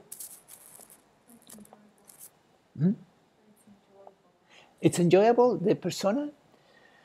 Well, if you enjoy it with, I would say that with detachment, it might be enjoyable. But with attachment, it's source of a lot of pain, right? Because with attachment, what happens is that, and without the recognition that it's a fiction, then this persona, this little me, will try to control life. Will try to control the experiences at the first, second, third, and fourth center, even fifth. And it will totally fail. You cannot control life. It's uncontrollable. The little self cannot control life. It's a fiction, so you can imagine how inadequate it is to live life. Yes. That I didn't share that part. I was still new to the group. Sorry? But I was still new to the group, so I didn't share the full part of the rock star thing. Is that Yes. actually underneath that, in terms of where the persona can backfire, was that I had a messiah complex inside of that I was here to fix the world Yes. with my music. Right. And then I read a line in a book that said you didn't come here to Which book did you read? it was a line from Ask and It Is Given by Abraham Hicks. Ask and It Is Given, yes. And they were saying, you didn't come here to fix a broken world because the world's not broken. Very good. Nisargadatta Maharaj said the same, you know that? And then the whole persona. Nisargadatta, right. The whole persona, the Messiah complex just went collapsed. away. Right. Great. But it was Fantastic. scary because it was a free fall because then I had nothing to stand on. Right. Then you may imagine that, well, now I will have no mission. Yeah. No reason And I to be thought, here, oh, which is not true. You do have a mission, but it's not to fix the world. I It's needed just to clean that do your out of part. there, yeah. Right. Very interesting. So Weston is, for those online, he's saying that he had a kind of a messiah complex, that he was going to save the world through his music and teachings. And then he read in Abraham Hicks that you're not here to fix the world. You're not here You're not here to fix it because it's not broken. to fix it because it's not broken. And that made this drive collapse, right? Yeah. Which was an unhealthy drive because you carry the world on your shoulders, right? It was an obligation. An obligation, right? An obligation. But the world can So- use an improving. Huh? But the world can use an improving. But of course, and that is a good goal, right? I'm gonna give my grain of sand. Yeah. That's all. That is a good Yeah, but I goal. thought I was going to, fix the whole, Right. the whole rock. Right. Not the one little grain of sand. You saved yourself a lot of stuff on this, by being able to let it go. Yeah. Before you carried through with it. Right. I think you would really suffer. with Oh, for that. sure. Yeah, I was just getting started, so Mm. it would have been worse. Yeah, you save yourself a lot of suffering. Could I ask you something? You said something that caught my attention, and I didn't quite understand it. It really caught my attention. You said that, I don't know if it was consciousness or awareness is not is a verb. Yes. There's no object. Is that what you said? Right. It's more a verb than an object. It's difficult to. It's difficult to. Because verb and object, a verb and a subject, right? Is it's they kind of merged there. They are kind of merged. The perceiving that is happening here is a verb. Perceiving is a verb, right? According to our grammar, right? Mm-hmm. But could we say that this perceiving is also a noun, that is an alive entity that is looking through all the sentient beings? It kind of makes sense too. So you could say that here the perceiving and the perceiver are one. Yeah, they are collapsed into one another. But you see, when we use the English language, and every language, not only the English, but in English we say I am perceiving, right? I am perceiving. So I am the perceiver, right? Me. I have perception. Perception is a function of my ego, my me, and I'm looking out. That's the illusion. That's the false. That is absolutely an untrue. The I is part of the perceived. It's just mental stuff. And it's a flickering complex of thoughts and feelings around thoughts like I am this, I am that. And the feelings that those thoughts, I am this, I am that, are creating. And then awareness is looking at this complex. So actually, the me, the I, is in front, is on the screen, is on the movie. And then awareness is looking to it.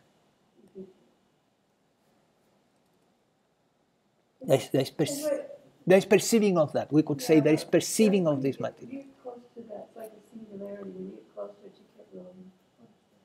you can't really use it. Is what you're talking about something that really can't be said in words? When you get close to, when you start talking about oneness, you really can't. You can't really talk. Yeah, oneness. The greatest approximation to talking about oneness is to see everything without language. If you remove language, then we see this, and we cannot name anything. So you could say also is to look without naming, without names, as if you have no names, no name for this or that, no names. If you have no names, you're not dividing. The mind stops dividing because the mind divides through names. By naming stuff, it divides. It names the chair, so it separates the chair from the rest of the universe in an illusion. The minute you stop naming everything, then you begin to see the oneness that is always there, but is being divided through the illusion of the mind naming. And that includes, obviously, naming this thing, this mind-body organism, and naming the universe outside. So when language goes all together, it's just this, right? Yes. So in a way, when you say looking without naming anything, or looking without names, it's a pointer. Of course, it's not the experience, right? It's not the intuitive experience. It's a pointer to the intuitive experience of non-duality, where formless and form also collapse into one. Because if you don't have names, you don't have a name for awareness, the formless awareness, and the perceived universe, right? So you have, now you cannot divide the experience or the universe between awareness and things. You can't. Or the formless and forms, because you don't have the language anymore. And then there is just this. Right. Yeah. So this is a good pointer to non-duality, to the ultimate non-duality, which is there's just this. And we don't need to analyze it more, it's just this. If we begin to analyze what it is, then we go into the mind again, right? Right. Well, thank you. That did clarify. You're welcome. One good exercise to do is when you go into nature, for example, let's say you go to the top of a hill and you look towards the valley and then you tell yourself, look without names. and that will give you a sense of the non-dual, a glimpse of the non-dual, the oneness. Thank you. You're welcome. One universe, one consciousness, one conscious aware universe, one aware universe, one aware universe. The universe is one aware universe. It's an aware universe. Huh, I like that.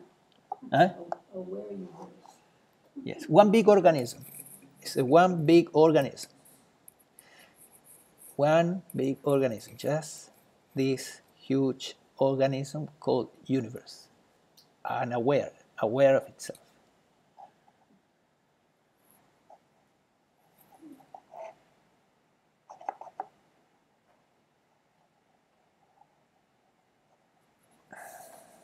It's already after 9. Oh, 7 after 9, okay.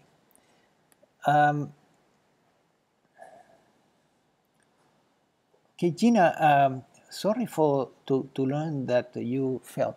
Yeah, we received your message, and I pass it also to the people here, and they are sending you their greetings. Salim, I look out of this window and I think this is a cosmos. This is a huge creation. This is one small corner of it. The trees and birds are everything else, and I'm part of it. Good. Yes, so you are having glimpses of the non-dual, right? The one organism. I didn't ask to be put here. I have been lucky in finding myself here. Yeah, well, see, there is no separate I, Salim. There's just this thing. Oh, that's Morris West. Okay. I'm lucky finding myself here. So that's Morris West. I didn't ask to be put here. I have been lucky in finding myself here. Yes.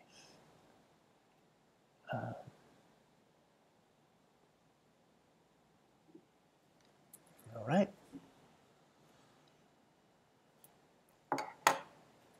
Any other question? Well, I hope it has been helpful, and as you see, there's nothing complicated about all these things. It's not complicated to understand. And now what we want is to sustain as much as possible the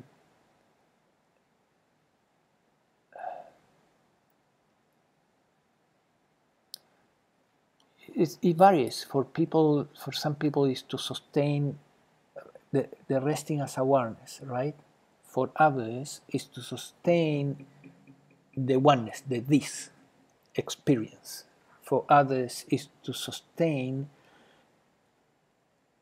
being in the here and now, right? They use the pointer here and now, which is kind of this. So all these things are pointing away from this, from the mind, from the voice of the little self, the voice of the ego, and silencing that. But we cannot fight that voice. We cannot fight our thoughts, right? It's more moving away from them. They are irrelevant. Ayashanti likes to say that. They are irrelevant. And they are. Also, another one that said they are irrelevant was David Hawkins. He said the same. Irrelevant. He was asked about the thoughts. What about the thoughts? He said, oh, they are irrelevant. So how you make them irrelevant? By not giving them your attention. You rest as awareness and they begin to calm down.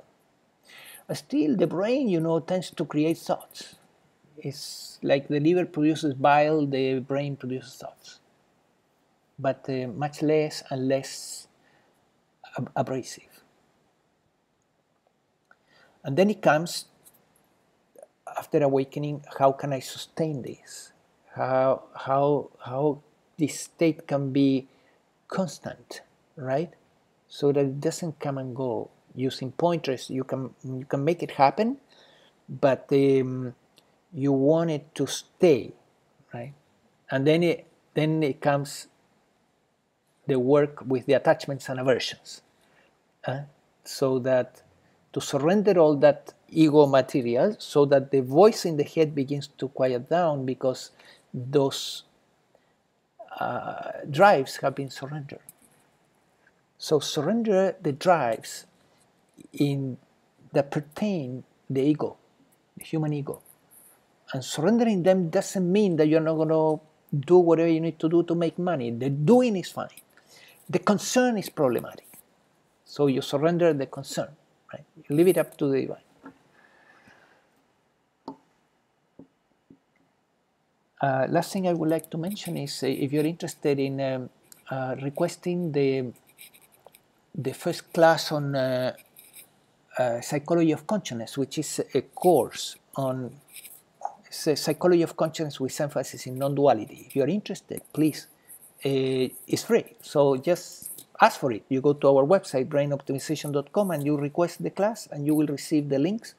And it's a 3-hour presentation that is very valuable for, I would say, understanding and consolidating the resting as awareness, which leads to awakening, definitely. You begin to rest as awareness, and that was my experience. I began by resting as awareness.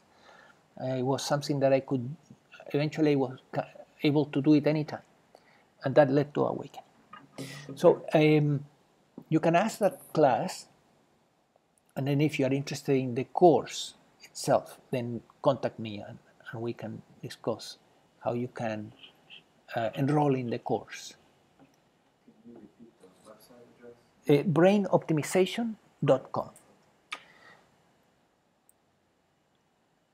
More and more I see the value of the course. The course starts with awakening, starts with a couple of classes or 3 classes on awakening, and they contain also coaching sessions, and then the rest is embodying the awakening, meaning it has to do with the work that we have been discussing today, which is silencing this voice, silencing the voice of the ego, surrendering the voice of surrendering the drives of the ego, so that the voice of the ego gets more quiet. And then you can rest as awareness, your true self. All right. So have a beautiful evening. And see you in 2 weeks. In 2 weeks, we will have another session. Yes? You want to remind people that they can donate on PayPal? Oh, okay. So Roy is reminding me that if you want to make a donation on PayPal for this satsang, you can do it. And it's in the letter that you receive, the invitation letter. There is a link that leads you to PayPal, and the account is there. Or it leads you to our website, and there is a button there. So it's very simple. And here tonight we have a donation jar over there and some snacks. Okay. So, yeah, okay. And we have also some nice snacks there that you're welcome to enjoy and socialize. Take care, everyone. Bye. You're welcome.